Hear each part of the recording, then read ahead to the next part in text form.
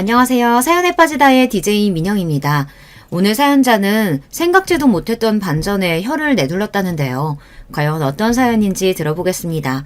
오늘도 두 가지 사연 준비되어 있으니 끝까지 들어주시고요. 그럼 오늘의 사연 바로 시작해 볼게요. 구독과 좋아요도 잊지 말고 꾹 눌러주세요. 안녕하세요. 저는 결혼한 지 10년이 조금 넘은 40대 여자입니다. 저는 아들 하나, 딸 하나 해서 애 둘을 키우고 있는 전업주부예요. 남편은 시아버지께서 운영하시는 회사에서 시아버지를 도와 일하고 있습니다. 저는 평범한 집안에서 태어나 남들 학교 갈 때 학교 가고 취직할 때 취직해서 살다가 결혼도 남들 다 할 때 무난하게 했거든요. 남편과도 사이가 좋아서 결혼 생활 내내 큰 고비 없이 잘 지냈습니다. 특히나 시아버지께서 하시는 사업이 잘 돼서 결혼할 때 시부모님이 사시는 같은 아파트에 신혼집도 해주시고 생활비도 많이 도와주셔서 제가 일도 그만두고 애들한테 집중할 수 있게 해주셨어요. 문제라고는 없을 것 같은 제 인생에 얼마 전 한 가지 고민이 생겼습니다. 고민거리는 바로 시어머니예요. 결혼 초기에는 그렇지 않았는데 몇 년 전부터 시어머니께서 좀 이상해졌습니다. 원래 시어머니도 평범한 가정주부였어요. 그런데 몇 년 전 취미생활로 문화센터를 다니면서 또래 아주머니들과 어울려 다니시더니 분위기가 많이 달라졌어요. 말투나 행동도 그렇고 씀씀이도 많이 달라졌어요. 원래는 미용실에서 염색하시는 것도 벌벌 떠시던 분인데 문화센터에서 친해진 분들과 어울려 다니시면서 강남에 있는 미용실에 가서 머리도 하고 네일이랑 마사지도 정기적으로 받으러 다니세요. 이렇게 좋은 걸 내가 몇십 년 동안 왜 모르고 살았나 몰라. 사람들이 다들 나더러 너무 바보처럼 살았대. 시어머니는 네일 색깔을 바꾸고 오실 때마다 너무 좋아서 하루 종일 손만 바라보고 계세요. 그런 모습을 보면 저는 마음이 좋았습니다. 시어머니께서 행복해 하시는 것 같아서요. 맞아요. 지금까지 자식 키우느라 고생 많이 하셨는데 노년을 즐겁게 보내시면 좋죠. 시어머니 말씀이 맞습니다. 결혼해서 자식 낳고 평생 남편이랑 자식들 뒷바라지만 하면서 사셨으니 이제 좀 여유롭게 지낼 수 있으면 좋아요. 그런데 시어머니는 좀 과해도 너무 과했어요. 그러다 보니 시아버지와 자꾸만 문제가 생겼습니다. 남편도 시어머니를 이해하지 못하는 눈치였고요. 미용실이나 네일, 마사지 같은 건 별거 아니었어요. 어느 날 시어머니와 제가 백화점에 살 게 있어서 같이 갔었는데 글쎄 시어머니께서 백화점 VIP더라고요. 아시죠? 백화점 VIP가 되려면 1년에 백화점에서 몇천 이상은 무조건 써야 가능해요. 저는 놀라서 시어머니께 물었습니다. 분명 그 전까지는 VIP가 아니었는데 어떻게 VIP까지 됐냐고요. 그러자 시어머니께서 하시는 말씀이 기가 막혔습니다. 나랑 문센 다니는 아줌마 중에 백화점 VIP 아닌 사람이 나밖에 없는 거야. 그래서 내가 너희 시아버지한테 말해서 작년 1년 동안 명절 선물이며 거래처 선물, 장 보는 거 다 지출은 이 백화점에서만 하고 다녔지. 그랬더니 VIP가 되긴 하더라. 애미 너도 오늘 사는 거 내 카드로 사고 나한테 현금으로 줘. 저는 시어머니의 말씀에 입이 떡 벌어졌습니다. 알고 보니 시어머니께서 백화점 VIP가 되겠다고 주변 사람들 물건까지 본인이 계산해서 돈으로 받기도 하고 시아버지 회사에 들어가는 지출을 모두 다 본인 카드로 해서 경비 처리했나 보더라고요. 저는 그렇게까지 할 일인가 싶어 시어머니에게 말씀을 드리려다 말았습니다. 친정엄마도 아니고 괜한 싫은 소리 했다가 시어머니에게 또 무슨 소리를 들을까 싶어서요. 사실 시어머니랑 저는 잘 맞지 않아요. 세상에 어떤 시어머니와 며느리가 맞을까 싶기도 하지만 저와 시어머니는 유난히 더 안 맞았습니다. 시어머니는 항상 뭐든 본인 생각이 다 맞는다고 하시는 분이기 때문에 괜한 분란 만들고 싶지 않아 저는 그러려니 하고 넘겼습니다. 그러던 와중에 일이 터졌어요. 시어머니께서 사고를 쳤습니다. 시어머니께서 본인이 산 명품 가방을 시아버지 회사에 경비 처리를 해버리는 바람에 큰일이 날 뻔한 적이 있었어요. 시어머니는 영수증이 잘못 포함돼서 실수한 거라고 하셨지만 그걸 믿을 사람은 아무도 없었습니다. 그날 회사가 난리가 났었어요. 시아버지 회사가 큰 기업은 아니지만 그래도 시할아버지 때부터 내려온 단단한 중소기업이에요. 그 일로 경리과 직원들과 임원들이 난리를 쳐서 앞으로는 시어머니께서 일절 회사 관련해서 지출하는 일은 하지 않는 것으로 일단락됐습니다. 하지만 화가 난 시아버지께서는 참지 않으셨죠. 집에 있기 심심하다고 본인이 백화점 왔다 갔다 하면서 일 좀 하겠다고 하길래 기껏 허락해줬더니만 이런 대형 사고를 쳐? 거기다가 카드사에 확인해보니 당신이 1년에 백화점에 가서 사들인 게 5천이 넘는다던데 당신 도대체 뭐라고 다닌 거야? 시아버지는 그때까지도 시어머니께서 백화점에서 그렇게까지 돈을 쓰고 다니는지 모르셨던 거예요. 대부분 주변 지인들의 물건을 카드로 긁고 현금을 받거나 회사 물건들을 지출했으니 시아버지는 모르고 계셨던 거죠. 그럼 어떻게 해요? 나 빼고 다들 백화점 VIP라는데 내가 명색이 사업하는 남자랑 사는데 나만 구질구질하면 되겠어? 당신 지금 그깟 백화점 VIP 한번 대보겠다고 이사단을 냈다는 거야? 당신 미쳤어? 시아버지께서 원래 혈압도 높으시고 성격도 욱하세요. 그래도 손주들 생기고 나서는 웬만하면 화도 안 내시려고 하고 애들 앞에서 소리도 안 지르려고 하시는데 그날은 터지고 말았죠. 아버지 이제 고정하세요. 어머니도 실수하신 거라고 하시니까 이제 다신 이런 일 없을 거예요.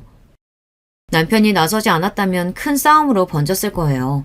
시아버지께서는 끝까지 다시는 이런 사고 치지 말라며 시어머니께 신신당부했습니다. 그 일이 있고 나서 시아버지께서는 시어머니의 카드 한도를 확 내려버리셨어요. 시아버지로서는 당연한 조치였어요. 하지만 시어머니께서는 불만이 이만저만이 아니었습니다. 매일 투덜거리셨어요. 그리고 가장 불편한 건 저였습니다. 시어머니께서 본인 마음대로 돈을 못 쓰게 되시니 자꾸 같은 아파트에 사는 저를 불러내 전에 안 하시던 시집살이를 시키시더라고요. 어찌 보면 남들 다 하는 시집살이 뭐가 어렵냐고 할 수도 있지만 저희 시어머니는 유별나도 너무 유별나요.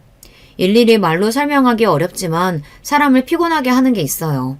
제가 아침에 애들을 학교에 보내고 집에 들어와서 좀 쉬고 있으면 득달같이 전화가 옵니다. 너는 애들 보내고 나면 할 일도 없으면서 집에 들러서 나랑 좀 같이 놀아주고 가지. 꼭 그렇게 바로 올라가야겠니? 시댁이 바로 같은 동에 2층이고 저는 10층이에요. 저도 애들 보내고 나름 할 일이 많은데 매일 전화 와서 같이 백화점 가자, 놀러 가자, 밥 먹으러 가자. 정말 스트레스였습니다. 저도 오늘은 집에 할 일이 많아서 못 나갈 것 같아요. 다음 주에나 같이 점심 먹어요, 어머님. 애들이 학교에 가면 1시에 끝나요.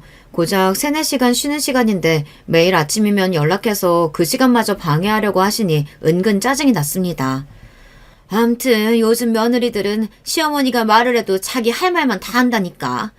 나는 옛날에 우리 시어머니가 오라고 하면 자다가도 벌떡 일어나서 갔어. 시어머니는 제가 무슨 5분 대기조라도 되는 것처럼 본인이 부르면 무조건 와야 했어요. 제가 일이라도 있다고 하면 버럭 짜증부터 냈습니다. 저는 결혼하고 나서야 소리 지르고 막말을 해야만 시집살이가 아니라는 걸 알았습니다. 저희 시어머니처럼 은근히 사람 피곤하게 하는 것도 시집살이더라고요. 그뿐만이 아니에요. 도와주는 것도 없으면서 듣기 싫은 잔소리는 얼마나 하는지 모릅니다. 시어머니는 툭하면 불쑥불쑥 우리 집에 오셨어요. 저 혼자 애들 밥 먹이고 간식 먹이고 학원 왔다 갔다 하느라 바쁜데도 굳이 오셔서 본인은 소파에 누워 손 하나 까딱 안 하고 제가 만들어주는 밥에 간식에 다 드시고 낮잠까지 주무시고 가셨습니다. 굳이 같은 동에 사시면서 말이죠. 너는 애들 먹는 건 좀 신경 써서 하지. 간식이라고는 매일 빵이랑 과자밖에 없니? 다른 엄마들은 좋은 것도 많이 만들어서 해주던데. 애들은 정수기 물 주지 말고 보리차 끓여주라니까.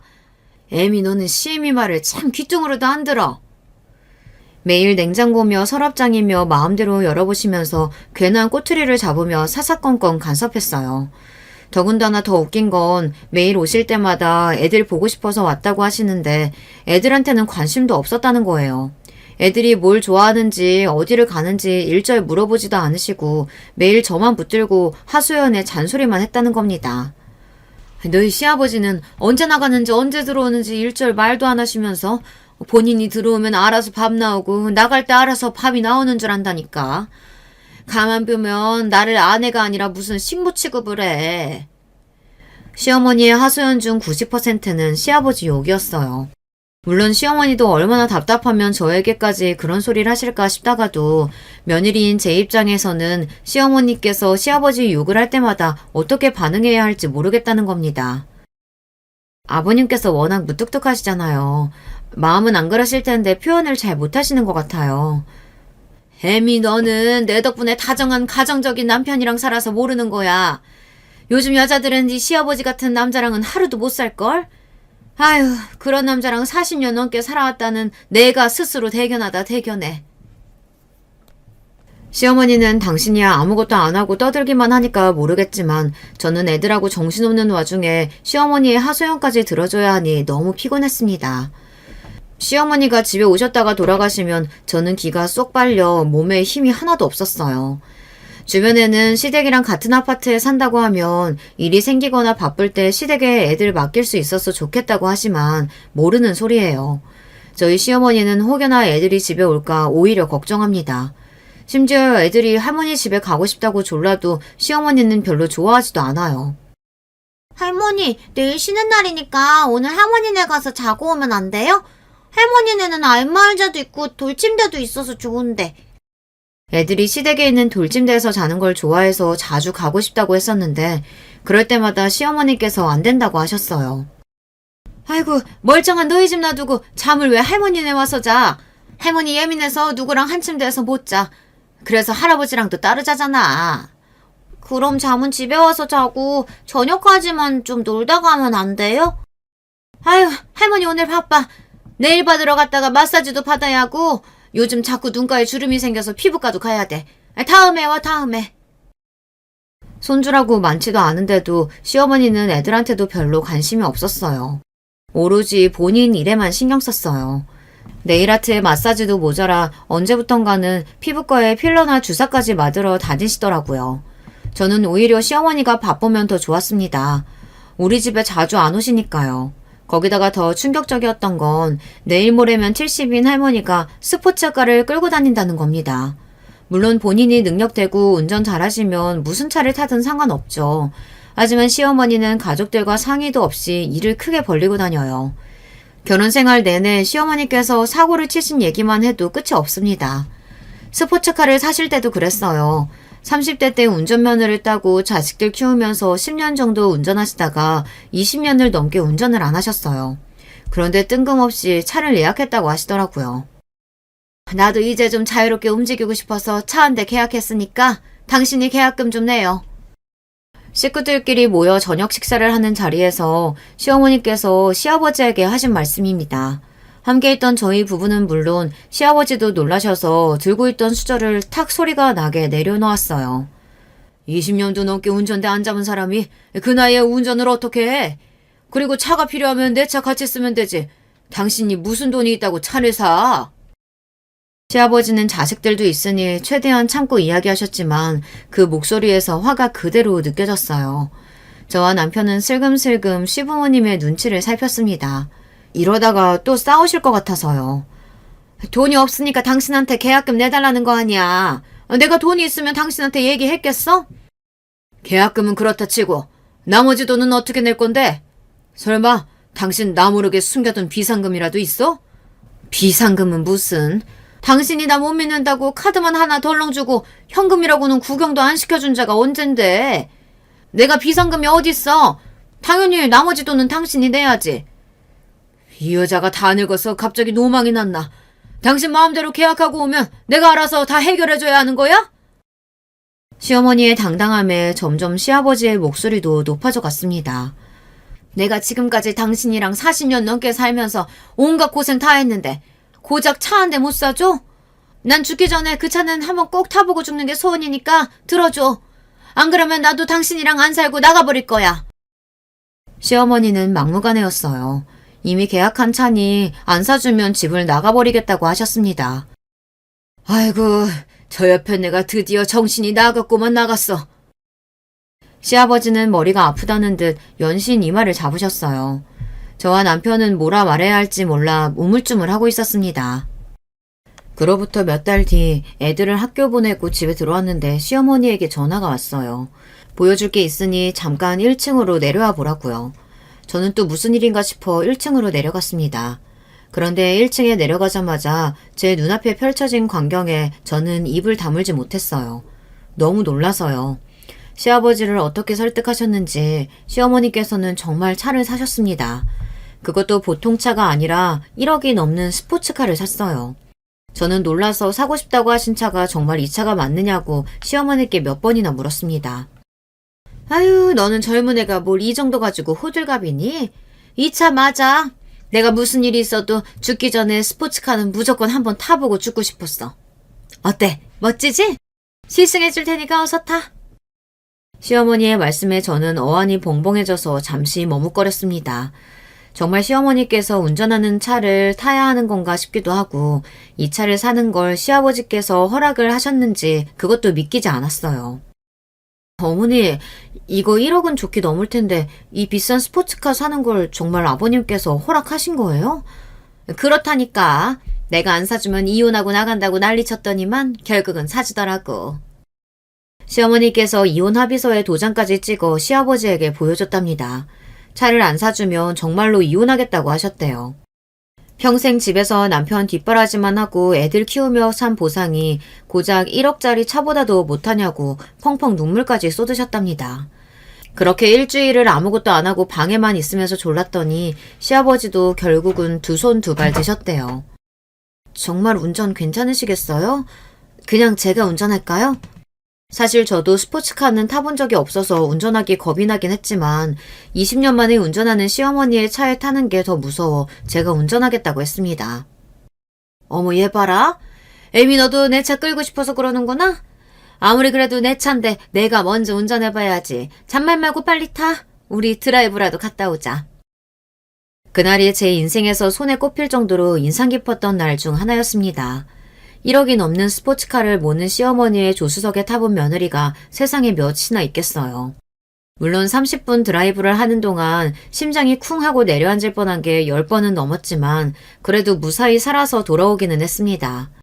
시어머니께서 스포츠카를 끌고 다니기 시작하자 아파트 단지 내 우리 가족은 금세 연예인처럼 유명해졌어요. 애들 어른 할 거 없이 시어머니 차만 보면 다들 몰려들어서 질문하기 바빴습니다. 심지어 저희 애들 친구들까지 애들 할머니가 스포츠카를 끌고 다니는 걸 알게 돼서 집까지 놀러와서 직접 보고 싶다고 했어요. 그럴 때마다 저희 애들도 기분이 좋은지 친구들을 우르르 데리고 주차장에 가서 스포츠카를 보여줬습니다. 어떨 땐 시어머니까지 불러서 친구들을 차에 태워주기도 했어요. 우와, 너희 할머니 너무 멋지다. 저도 나중에 할머니 나이 정도 되면 돈 많이 벌어서 스포츠카 끌고 다니고 싶어요. 어머, 그래? 앞으로도 차 타고 싶으면 언제든 놀러와. 이 할머니가 태워줄게. 시어머니는 유명세를 즐기기 시작했습니다. 한 번은 이런 적도 있었어요. 저와 시어머니가 백화점에서 장을 보고 들어오는데 웬 아저씨가 말을 걸었습니다. 201호시죠? 안녕하세요. 저 얼마 전에 옆집에 이사 온 사람이에요. 아유, 주차장에서 이 스포츠카 볼 때마다 누구 차일까 궁금했었는데 이렇게 멋진 분 차일 줄은 생각도 못했네요. 시부모님 댁 옆집에 새로 이사 오신 분이라는데 역시나 시어머니 차에 관심이 많으시더라고요. 앞에서 보고 뒤에서 보고 연신 감탄을 금치 못했어요. 거기다가 저희 시어머니의 외모까지 칭찬하면서 친한 척을 하시더라고요. 어머, 사람 보실 줄 아시네요. 안목 있으신 분이 저희 옆집으로 이사 오셨다고 하니 너무 기분이 좋네요. 옆집 아저씨의 말발에 홀딱 넘어간 시어머니는 입까지 가리고 웃으며 연신 수다를 떨었어요. 듣다 저는 아이들 학교 시간이 돼서 먼저 인사를 하고 올라와 버렸습니다. 시어머니는 그전에도 자기 자신 말고 다른 사람에게는 일절 관심이 없기는 했어요. 남편에게 듣기로 시어머니는 평생 가정주부로 살긴 했지만 일반적으로 사람들이 생각하는 가정주부와는 좀 달랐다고 했습니다. 시어머니 본인 입으로는 평생 남편 뒷바라지 하면서 자식들 키우느라 자신의 인생은 희생하며 살았다고 하셨지만 실상은 그렇지가 않았어요. 남편은 결혼 전까지 30년 넘게 아침밥이라는 걸 먹어본 적이 없다고 했습니다. 시아버지도 마찬가지고요. 더군다나 시아버지께서 코를 고신다는 이유로 시어머니는 남편이 아주 어릴 때부터 시아버지와 각방을 썼답니다. 지금까지도 시어머니는 항상 당신이 불면증이 심해 잠을 못 자니 본인이 일어날 때까지 절대 깨우지 말라고 하세요. 명절날 애들이 와도 본인이 피곤하면 절대 방 밖으로 나오지를 않으셨어요. 거기다가 집안에 무슨 일이 있어도 본인이 약속이 있거나 여행 계획이 있으면 항상 전화 남편에게 다 떠넘기고 본인은 본인 계획대로 하셨죠. 그 정도가 어느 정도냐면 남편에게 여동생이 하나 있어요. 저에게는 시누이죠. 어릴 때 미국으로 유학 갔다 취직도 미국에서 하고 미국 남자와 결혼해서 현재 미국에 살아요. 그런데 최근 그 시누이가 아이를 낳았습니다. 사실 시누이가 아이를 낳았을 때도 저는 신기하긴 했어요. 원래 첫 아이를 출산할 때 제일 많이 생각나는 게 친정엄마잖아요. 저는 임신했을 때부터 너무 무섭고 걱정돼서 하루가 멀다 하고 친정에 가 있었었는데 시누이는 임신하고 아이를 낳을 때까지 한 번도 한국에 들어오질 않았어요. 저도 결혼한 지 꽤 됐지만 그동안 시누이를 본 게 제 결혼식 때와 시누이 결혼식 때 딱 2번이었어요. 자주 왕래를 안 하기는 한 거죠. 막연하게나마 시누이도 어릴 때 미국으로 유학 가서 한국보다는 미국이 훨씬 편해서 그런가 보다 했는데 그게 아니더군요. 시누이도 나름 시어머니에게 쌓인 게 많은 것 같더라고요. 결국은 시아버지께서 손주가 보고 싶다고 여러 번 시누이에게 연락했는데도 시누이가 한국에 들어오지 않았어요. 그러자 한 번은 시아버지께서 직접 미국에 가서 손주를 보고 오셨어요. 그로부터 얼마 뒤 시누이가 애를 낳은 지 10개월이 지나고 나서야 시누이는 한국에 들어왔습니다. 시아버지께서 그래도 가족들끼리 돌잔치는 해야 하지 않느냐 설득한 덕분에 들어왔나 보더라고요. 그런데 문제는 역시나 시어머니였습니다. 몇 년 만에 딸이랑 사위가 미국에 들어왔는데도 일절 신경을 안 썼어요. 그러다 결국에 시누이랑 시어머니랑 싸움이 났나 보더라고요. 내가 엄마한테 밥을 해달래, 애를 봐달래. 몇 년 만에 미국에서 사위가 들어왔으면 씨암탉은 아니더라도 같이 밥은 한번 먹어야 되는 거 아니야? 어떻게 된 장모가 5년 만에 만난 딸이랑 사위 두고 맨날 그렇게 놀러 다닐 수가 있어? 시누이도 서운할 만했어요. 시누이가 미국에서 결혼하고 나서 시아버지는 몇 번 미국에 왔다 갔다 하셨지만 시어머니는 오래 비행기 타는 거 싫고 영어 울렁증이 있다면서 한 번도 안 가셨어요. 그랬으니 정말 시어머니와 시누이는 거의 5년 만에 만나는 거였죠. 그런데 시어머니는 이제가 10개월 된 손주를 데리고 미국에서 나온 딸 부부를 두고 매일 약속 있다고 나가버렸나 보더라고요. 시누이도 한국에 들어온 게 오랜만이라 많은 게 낯설고 어색한데 며칠을 집에만 있었던 거죠. 다 클 때까지 키워주고 먹여줬으면 됐지. 결혼까지 한 자식을 내가 뭘 더 해줘야 돼. 엄마도 엄마 인생 있어. 너희 같다고 너희 오기 전에 잡아둔 내 약속까지 다 취소할 순 없잖아. 누가 보면 엄마가 나나 오빠를 애지중지 키운 줄 알겠네. 말은 바로 해야지. 엄마가 날 키워주고 먹여주긴 언제 그랬다 그래. 나 10살 되자마자 미국 보내놓고 방학 때 한국 들어오면 매번 기차 타고 영어 캠프나 걸스카우트 이런 데 돈만 주고 다 보냈잖아. 어릴 적 있었던 남편의 이야기를 들었을 때도 남편이 안쓰럽다고 생각했었는데 시누이의 이야기를 듣고 보니 시어머니가 모성애가 많이 부족한 사람이긴 한 것 같더라고요. 남편이고 시누이고 시어머니 배 아파서 낳은 친자식인데 같은 엄마로서 이해가 되지 않을 정도로 시어머니는 자식들을 사랑하는 법을 모르시는 분 같았어요. 됐어. 내가 엄마한테 뭘 바라겠어. 그냥 나가. 나도 아빠 봐서 한국에 있는 동안은 여기 있으려고 했는데 안 되겠다. 그냥 호텔로 갈게. 시누이는 참다 안 되겠는지 그냥 호텔에서 지내겠다고 했나 봐요. 그런데 그 일로 괜히 저에게까지 불통이 튀었습니다. 자식이라면 애지중지하시는 시아버지께서 시누이가 호텔로 간다는 이야기를 듣고 가만히 계실 리가 없었어요. 시어머니에게 난리를 치셨나 보더라고요. 이 예편네가 내가 지금까지 자식들 봐서 봐주고 사니까 아주 염치가 없지? 당신이 이혼하자 어쩌자 할 때마다 내가 그냥 참고 넘어가 준 거 당신이 좋아서 그런 줄 알아? 당신 내 말 똑똑히 들어. 우리 수정이랑 사위랑 집 나가서 호텔에서 지내는 날에는 이번엔 내가 당신하고 이혼할 거니까 그런 줄 알아. 시아버지께서 이제부터 절대 시어머니를 봐주지 않겠다고 선전포고를 하셨나 봐요. 다 늙어서까지 이런 식으로 가정에 소홀하게 굴면 카드고 뭐고 다 뺏고 쫓아내겠다고까지 하셨답니다. 카드를 뺏겠다는 시아버지의 말씀에 시어머니도 시겁하기는 했는지 더 이야기하지 않고 깨갱하셨답니다.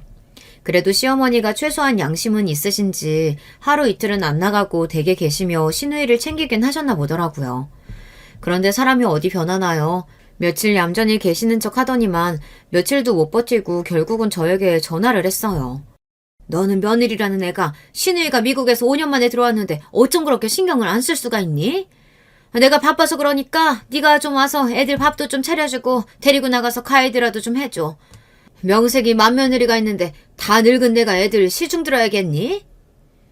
시어머니는 말도 안 되는 소리를 해댔습니다.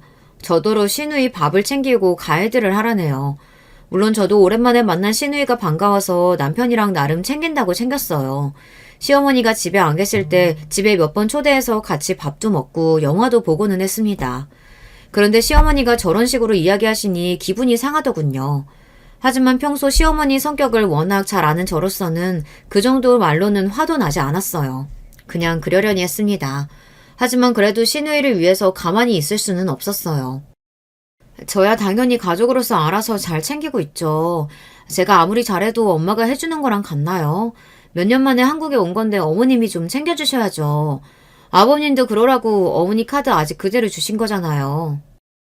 시아버지께서 하신 이야기를 뻔히 다 아는데 괜히 저에게 코트리를 잡으시니 얄미워서 더 한마디 했습니다. 어머 애미, 네가 뭘 안다고 훈수를 두니 훈수는. 내일은 내가 알아서 하니까 너는 신경 꺼.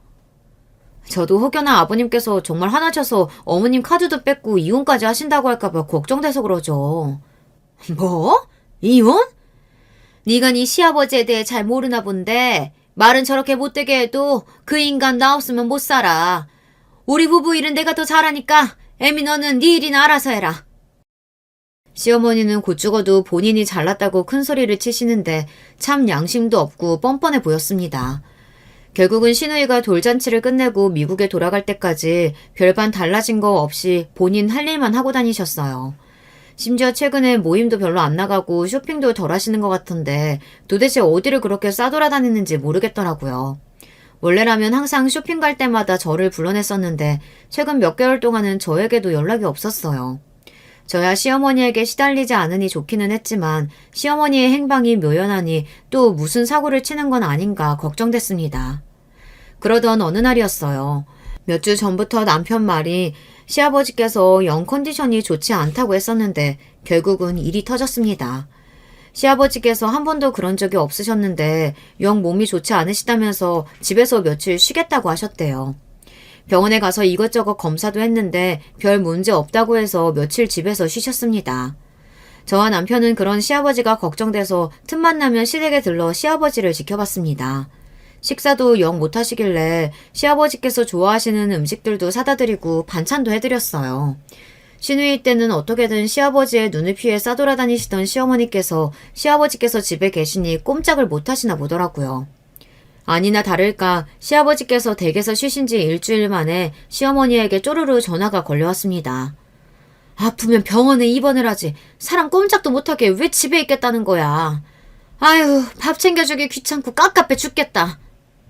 며느리인 저도 시아버지가 걱정돼 죽겠는데 시어머니는 전혀 그런 마음이 없으신지 그 와중에도 시어머니는 본인 걱정만 하시며 시아버지 험담만 하며 하소연을 했어요.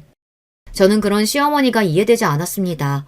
부부를 산 세월이 40년이 넘었으니 애틋하지는 않아도 함께 나이 들어가는 처지에 배우자가 아프다고 하면 안쓰럽고 걱정될 것 같은데 저희 시어머니는 시아버지가 마냥 귀찮기만 하신가 봐요. 그래도 병원에서 아무 문제 없다고 하니까 다행이죠 뭐. 필요하거나 드시고 싶으신 거 있으시면 말씀하세요. 제가 해다 드릴게요. 저는 시어머니의 하소연을 더는 들어드리고 싶지 않아 애써 말을 바꿨습니다. 그러자 시어머니는 그게 또 거슬렸는지 괜히 저에게 투덜거렸어요. 그렇게 시아버지 걱정되면 며느리인 애미 네가 좀 데려다가 챙겨 먹이고 돌봐. 나도 이제 늙어서 더는 못해 먹겠으니까. 왜 말이 그리로 튀는 줄 모르겠지만 시어머니는 뜬금없이 저에게 짜증내며 그렇게 시아버지가 걱정되면 저더러 챙기라고 하셨어요. 저는 시어머니의 말에 기가 차서 어이가 없더군요. 평소에는 피부과에서 주사 맞고 나올 때마다 사람들이 자기 나이로는 절대 안 본다고 자기 자랑을 하면서 본인 귀찮을 때만 항상 나이가 들었다는 둥 늙었다는 둥 그래요. 시어머니지만 하는 짓이 얄미워도 너무 얄미워요. 어머님은 아버님이 걱정도 안 되시나 봐요. 저 같으면 그 연세에 나가서 일하시는 것만 해도 대단하다고 걱정해 줄 것 같은데. 웬만해서는 시어머니 말씀에 토를 달지는 않지만 그날은 저도 기분이 상해서 마음에 담아뒀던 말을 애써 좋게 이야기했어요. 사실 시아버지 아니면 아무것도 못하시는 건 시어머니면서 항상 만족하지 못하고 궁시렁거리기만 하는 시어머니가 꼴보기 싫었습니다. 스포츠카 사고 카드 펑펑 쓰면서 시아버지 돈 쓰는 건 당연하게 여기면서 이제와 시아버지께서 아프다고 하시니 시어머니께서 귀찮아하시는 게 며느리로서는 보기 좋지 않았어요. 역시나 제 말에 기분이 상한 시어머니는 당신의 편을 들어주지 않는 제가 원망스럽다는 듯 쏘아보았습니다. 암튼 이놈의 집구석에는 내 편이라고는 없다니까. 아들놈이나 며느리나 다 똑같아. 이러니 내가 집에 마음을 못 붙이고 밖으로만 도는 거지. 시어머니는 말 같지도 않은 핑계를 대며 버럭 소리를 내지르고 전화를 끊어버렸습니다. 아마 남편에게도 연락했는데 남편도 시어머니의 하소연을 안 받아줬나 보더라고요. 시어머니의 버럭하시는 소리에 저는 괜한 소리를 했나 싶기도 했지만 시어머니의 투정을 한 번 받아줬다간 한도 끝도 없이 들어줘야 하는 걸 보니 저로서는 어쩔 수 없었습니다. 그로부터 며칠 뒤 믿기지 않는 일이 벌어졌습니다. 글쎄 시아버지께서 갑자기 쓰러지셨대요. 저와 남편은 너무 놀라서 시아버지께서 입원하셨다는 병원으로 급하게 달려갔습니다. 알고 보니 시아버지께서 아무래도 몸이 너무 좋지 않아 평소 친하게 지냈던 병원의 교수님을 찾아갔다가 병원 앞에서 쓰러지셨다고 하더라고요. 다행히 병원 앞에서 쓰러져서 빠르게 응급조치를 한 덕분에 위험한 상황까지는 가지 않았지만 앞으로 상태를 지켜봐야 한다고 하더라고요. 저와 남편은 도대체 무슨 병이길래 그렇게 갑자기 쓰러질 수가 있는 거냐고 연신 물었습니다. 지금 당장 빨리 검사해서 무슨 병인지 알려달라고 했어요. 임 사장이 그동안 많이 힘들었는지 몸이 많이 쇠약해져 있어요. 우선 컨디션부터 회복해야 무슨 검사를 해도 할 수 있을 것 같으니 며칠 입원하고 지켜봐야 할 것 같습니다. 의사 선생님은 계속 심신쇠약이라고만 하는데 저와 남편은 마음이 놓이질 않았습니다. 얼마 전에 검사했을 때만 해도 분명 별 문제 없다고 했었는데 얼마나 몸 상태가 좋지 않으면 검사도 못할 정도로 심신이 쇠약해진 건가 싶어서요. 저와 남편은 시아버지가 아무래도 걱정돼서 당분간은 시어머니를 도와 시아버지께서 회복하시는 데에만 힘써야겠다 싶었습니다.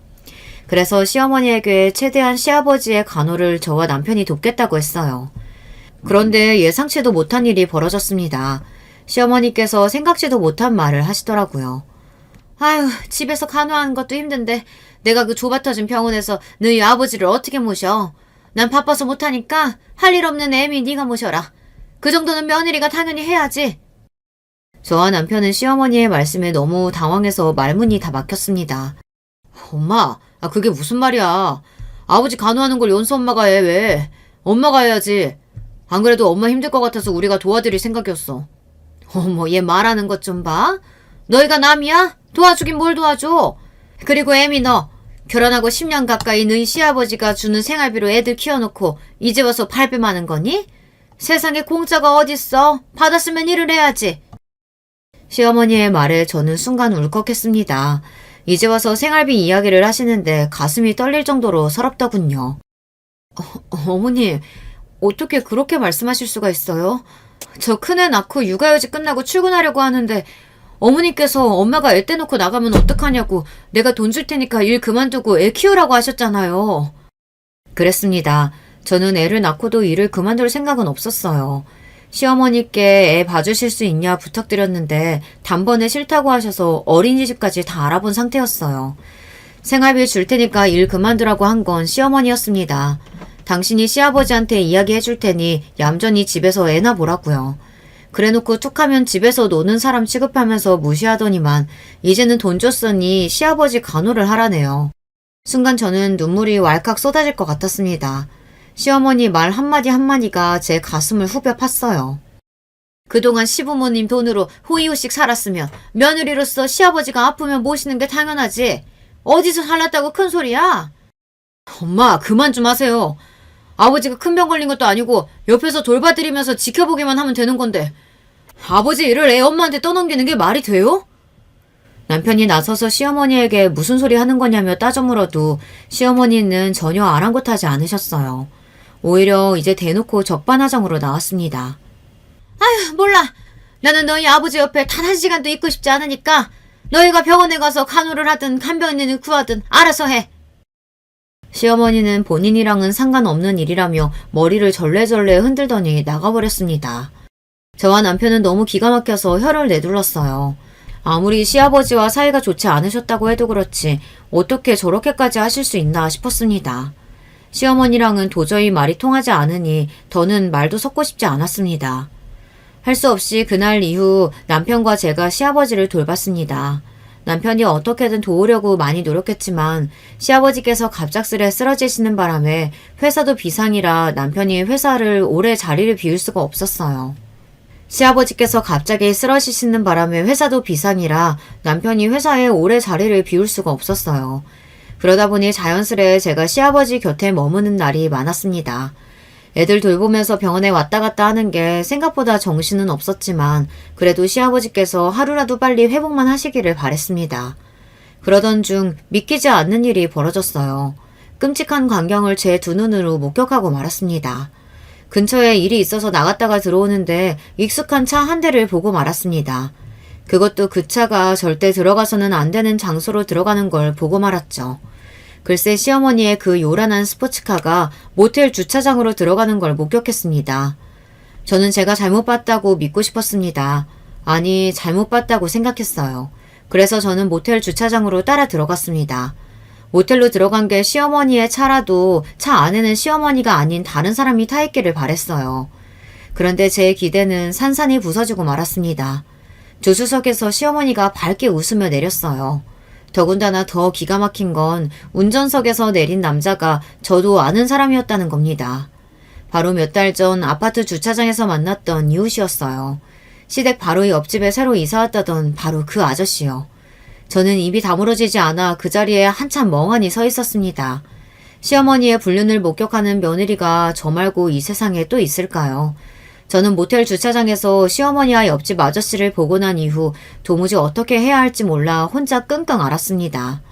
그리고 병실에 홀로 누워 계신 시아버지가 더 안쓰럽게 느껴졌어요. 평생 회사와 가정만을 생각하며 살아오셨는데 이 연세에 아내의 배신까지 겪게 되셨으니 얼마나 속이 상하실까 싶어서요. 시어머니의 일도 일이었지만 우선 시아버지께서 하루라도 빨리 회복하시는 게 먼저이니 저는 시아버지의 병간호에 더 힘을 썼습니다.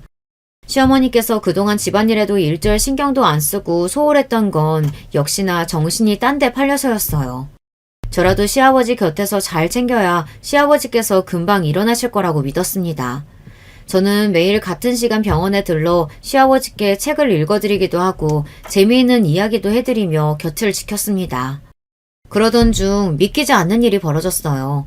그날은 제가 오후에 일이 있어 조금 일찍 병원에 들렀는데 병실 문을 열자마자 너무 놀라서 뒤로 넘어질 뻔했습니다. 분명 바로 그 전날까지만 해도 누워 계셨던 시아버지께서 자리에서 벌떡 일어나 창 밖을 보고 계셨어요. 저는 너무 놀라서 들고 있던 짐들도 그대로 바닥에 다 떨어뜨리고 시아버지에게 달려갔습니다. 아버님, 정말 일어나신 거예요? 너무 잘하셨어요. 저 아버님 큰며느리 누군지 알아보시겠어요? 저는 시아버지 앞으로 다가가 너무 좋아서 밝게 웃었습니다. 신이 나서 곧장 남편에게 전화하려던 참이었어요. 그러자 시아버지께서 멍한 눈동자로 저를 빤히 바라보시면서 전화하지 말라고 하셨습니다. 그러더니 한다는 말씀이 충격적이었어요. 혜미, 내가 너까지 속여서 너무 미안하다. 근데 나 아픈 거 아니야. 멀쩡해. 너희 시어머니 때문에 내가 쓰러진 척 연기 좀 했다. 저는 순간 시아버지의 말씀에 어안이 벙벙해져 무슨 소리를 하시는 거냐고 물었습니다. 그러자 시아버지께서 하시는 말씀이 말 그대로래요. 혜미, 너도 한 거지? 네 시어머니 바람 피우는 거. 그래서 매일 내 앞에 찾아와서 한참 울다 간 거지. 저는 입이 떡 벌어지고 말았습니다. 제가 매일 병실로 찾아와 책을 읽어드리기도 하고 이런저런 이야기를 혼자 떠들다 결국은 눈물이 터져 한참을 울다가 가기는 했어요. 그런 모습을 시아버지께서 다 보고 계셨다는 것도 놀라웠고 시어머니의 일을 알고 계셨다는 것도 저는 가슴이 철렁 내려앉는 것만 같았습니다. 그런 끔찍한 일을 시아버지 혼자 알고 계셨으니 얼마나 힘드셨을까 싶어서요. 아버님도 알고 계셨던 거예요? 얼마나 놀라셨어요. 혹시 그 일 때문에 놀라서 쓰러지신 거예요? 저는 그때까지도 시아버지께서 시어머니를 속이기 위해 쓰러진 척 연기한 거라는 걸 이해하지 못했습니다. 시어머니의 외도 사실을 알고 쓰러졌다가 일어나신 줄 알았어요. 네 시어머니 하는 짓 중 어디 정상적인 일이 한 가지라도 있니? 나는 더 놀랍지도 않다. 이야기 나온 김에 오늘 밤 다 밝혀야겠어. 그래서 그런데 애미 네가 내 부탁 좀 들어줄래? 시아버지의 단호한 눈빛에 저는 순간 침을 꼴깍 삼켰습니다. 시아버지는 그날 저녁 시어머니와 남편만 데리고 시댁으로 오라고 하셨어요. 그럼 당신이 다 알아서 정리하겠다고요. 그날 저녁 시어머니에게 연락을 드렸습니다. 남편과 저녁에 댁에 가겠다고요. 그러자 시어머니께서 하는 말이 오늘은 늦게 들어갈 예정이니 저에게 집으로 오지 말라고 하셨어요. 저는 기가 막혔습니다. 무슨 일이 벌어지는 줄도 모르고 또 나가서 그 논팽이 상간놈을 만나는 건가 싶어서요. 다시금 그날 모텔 주차장에서 봤던 시어머니의 밝은 얼굴이 떠오르니 저는 온몸에 소름이 돋아 더는 말이 곱게 나가지 않았습니다. 어머님은 도대체 무슨 생각을 하고 사시는 거예요? 아버님께서 한 달 넘게 병원에 누워 계신데 어떻게 한번 들여다보지도 않고 그렇게 계실 수가 있어요? 제 격앙된 목소리에 역시나 기분이 상한 시어머니는 기가 막히다는 듯 콧방귀를 꼈어요. 뭐? 무슨 생각하고 사는 거냐고? 너 지금 그게 시애미한테 할 소리냐? 너야말로 그깟 병원 몇 번 왔다 갔다 했다고 할 도리 다 한 것 같은가 본데 너희 시아버지 일어나면 내가 똑똑히 말해줄 거야. 당신 쓰러져 있는 동안 네가 나 무시하고 막말했다고. 그러면 너한테 콩고물이라도 떨어질 줄 아냐? 너한텐 유산이고 뭐고 한 푼도 남기지 말라고 할 거니까 그런 줄 알아. 와, 이제는 하다하다 멀쩡하게 살아계신 시아버지를 상대로 유산 이야기까지 하더군요. 저는 시어머니의 행동이 너무 괘씸해서 아주 작은 힌트라도 하나 던져줬습니다. 오늘 저녁까지 혼자 마음 좀 졸이라고요. 제가 시어머니를 위해 준비한 게 있었거든요. 오늘 안 오시면 아마 평생 후회하실 거예요. 제가 어머님 댁 옆집 사시는 아저씨 식사 좀 대접한다고 어머님 댁으로 초대했거든요. 그랬습니다. 오늘의 이벤트에 초대된 손님은 저와 남편 시어머니뿐만이 아니었어요. 옆집 상간남 아저씨도 제가 초대했습니다. 옆집 아저씨라는 소리에 시어머니께서는 입을 싹 다물었어요. 그러더니 잠시 후 입을 뗐습니다. 아니, 애미, 너는 나랑 상의도 안 하고 아무나 집에 초대하고 그러면 어떡해? 소리는 지르고 있었지만 분명 시어머니의 목소리는 떨리고 있었어요. 며칠 전에 제가 장보고 들어오는 길에 짐을 좀 많이 들고 있었는데 아저씨께서 짐까지 들어주셨어요. 감사해서 제가 식사 대접한다고 했어요. 바로 옆집에 산 지도 꽤 됐는데 인사 한번 제대로 못했잖아요. 음식 준비는 제가 알아서 할 테니까 어머님은 시간 맞춰서 오세요. 그랬습니다. 제가 일부러 며칠 전부터 동네에서 그 상간한 아저씨와 마주칠 때마다 인사를 하고 말을 걸었어요. 그러고는 자연스레 집에 초대를 했습니다. 그리고 대망의 저녁이 됐어요. 저와 남편은 시댁에서 간단히 식사 준비를 하고 손님들을 기다렸습니다. 시어머니는 웬일로 나가지도 않고 집에서 얌전히 기다리고 계시더라고요. 집안에 아픈 사람이 있는데 굳이 집에 초대해서 밥을 먹는 게 맞는 일인지 모르겠다. 네 시아버지 나중에 알게 되시면 기분 나빠할 거야. 많이 당황하긴 하셨는지 웬일로 시어머니 입에서 맞는 말이 나오더라고요. 저는 웃음이 절로 나왔습니다. 저는 애써 더 밝게 미소를 지어 보이며 시아버지도 이해하실 거라고 하곤 상을 마저 차렸습니다. 그런데 식탁으로 다가온 시어머니께서 뭔가 이상하다는 듯 미간을 구겼어요. 근데 상을 왜 이렇게 많이 차려? 애들은 친정에 보냈다더니 애들도 오는 거니? 제가 접시랑 수저 세트를 6개나 놓았더니 시어머니는 의아하다는 듯 했어요. 그때였습니다. 내가 손님 좀 모시고 오기로 해서 얘가 아마 여유롭게 준비했을 거야. 아니, 당신 언제 일어난 거야? 그리고 옆에 그 여잔 누구야? 시아버지께서 나이가 지긋하신 여성분을 한 분 모시고 집에 들어왔어요. 그리고 잠시 후 대망의 주인공도 도착했습니다. 시아버지께서 일부러 열어둔 현관문을 열고 옆집 상간남이 실례합니다 라고 외치며 들어왔습니다. 그때였어요. 더 기가 막힌 일이 벌어졌습니다. 여보, 당신이 여기 어떻게 영국에 있는 거 아니었어? 여보? 아니, 이혼했다더니. 아이고, 내가 지금 무슨 소리라는 거야? 가관도 이런 가관이 없었습니다. 시어머니는 상간남이 이혼남인 줄 알았나 보더라고요. 잠시 뒤 분위기는 엉망이 됐어요. 이 여편 내가 다 늙어 쭈구리 주제에 내 남편을 꼬셔? 너 오늘 내 손에 죽어봐라. 시아버지께서 모시고 온 여자분은 다름 아닌 옆집 상간남의 아내였습니다. 상간남의 아내는 외국에서 사는 딸이 아이를 낳아 몇 개월 외국에 나가 있었는데요. 그 사이 남편이 저희 시어머니랑 바람이 난 거예요. 아주머니는 곧장 시어머니에게 달려들어 머리채를 잡고 흔들었습니다. 여보 그만해. 남의 집에서 무식하게 뭐 하는 거야? 무식? 그래, 너희 오늘 잘 걸렸다. 내가 진짜 무식한 게 뭔지 보여줄게. 그 이후부터는 제가 차려놓은 음식이 졸지에 무기가 돼서 시어머니의 머리와 입안으로 무자비하게 던져졌습니다. 옆집 아저씨의 아내께서는 굉장히 성격이 화끈하셨어요. 반면 시어머니는 머리채를 잡힌 채 꼼짝도 못하고 여기저기 휘둘리며 바닥을 뒹굴었습니다. 시아버지는 그 모습을 혀를 차며 바라보셨어요. 그랬습니다. 시아버지는 쓰러지신 채 병원에 계시면서 변호사들을 시켜 철저하게 이혼 준비를 하고 계셨어요. 그동안 시어머니와 상간남매 불륜 증거를 다 찾아 이미 소장까지 내셨나 보더라고요. 그날 저녁 이벤트는 아무래도 시어머니와 그냥 이혼하기엔 속이 풀리지 않아 준비하신 거였어요. 그로부터 얼마 뒤 시아버지와 시어머니는 이혼했습니다. 시어머니는 재산은커녕 카드 한 장까지도 다 뺏기고 집에서 쫓겨났습니다. 얼마 전 시어머니께서 시누이에게 미국으로 가면 안 되느냐고 연락을 했다네요. 시누이는 당연히 싫다고 거절했고 제가 알기로는 어디 식당에서 먹고 자며 일을 한다는 것 같더라고요. 시어머니가 한 채씩 밉고 기가 막히지만 집도 절도 없이 사는 게 좀 안타까워요. 저는 남편에게 월세라도 얻어드려야 하는 거 아니냐고 했지만 남편은 그럴 생각 없다고 했어요. 다 어머니의 업보이니 그냥 주라고요. 시어머니는 비빌 언덕이라고는 없으니 가끔 저에게 연락이 와요. 너무 힘들다고요. 그럴 때마다 안쓰러워서 제가 조금씩 돈이라도 좀 보내드렸어요. 사실 저는 고민이에요. 사람이 한 짓은 밉지만 그래도 저희 애들 할머니인데 식당 옆에 단칸방에서 사신다는 말을 들으니 제가 월세 보증금이라도 보내드려야 하는 거 아닌가 마음이 쓰입니다. 여러분 생각은 어떠세요? 시어머니와 시아버지가 헤어지긴 하셨지만 정말 저렇게 두는 게 맞을까요? 여러분은 어떻게 생각하시는지 댓글로 남겨주시면 하나하나 읽어보고 참고하도록 하겠습니다. 제 이야기 끝까지 들어주셔서 감사해요.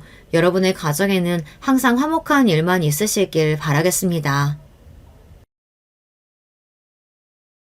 안녕하세요. 저는 경기도에 사는 30대 후반 여자입니다. 요즘 날씨가 매우 더워졌어요. 확실히 봄이 지나고 여름이 오는 게 느껴집니다. 저는 어렸을 때부터 여름을 별로 좋아하는 편이 아니었어요. 지금은 그래도 괜찮은데 어릴 때는 여름이 오면 괜히 짜증이 나곤 했습니다. 이유 없이 그런 것은 아니었고 다 이유는 있었어요. 왜냐하면 아빠 때문이었거든요. 우리 아빠는 흔히 말하는 깡패였습니다. 여러분, 깡패라는 단어를 들으시면 무엇이 생각나세요? 혹시 문신이 생각나지 않으세요? 용이나 잉어가 등짝에 있는 모습과 팔이 문신으로 현란하게 덮인 모습이 상상되시죠? 우리 아빠가 바로 그런 전형적인 깡패 모습이었어요. 놀라운 것은 아빠는 엄마와 결혼하기 전에는 깡패가 아니었다고 합니다.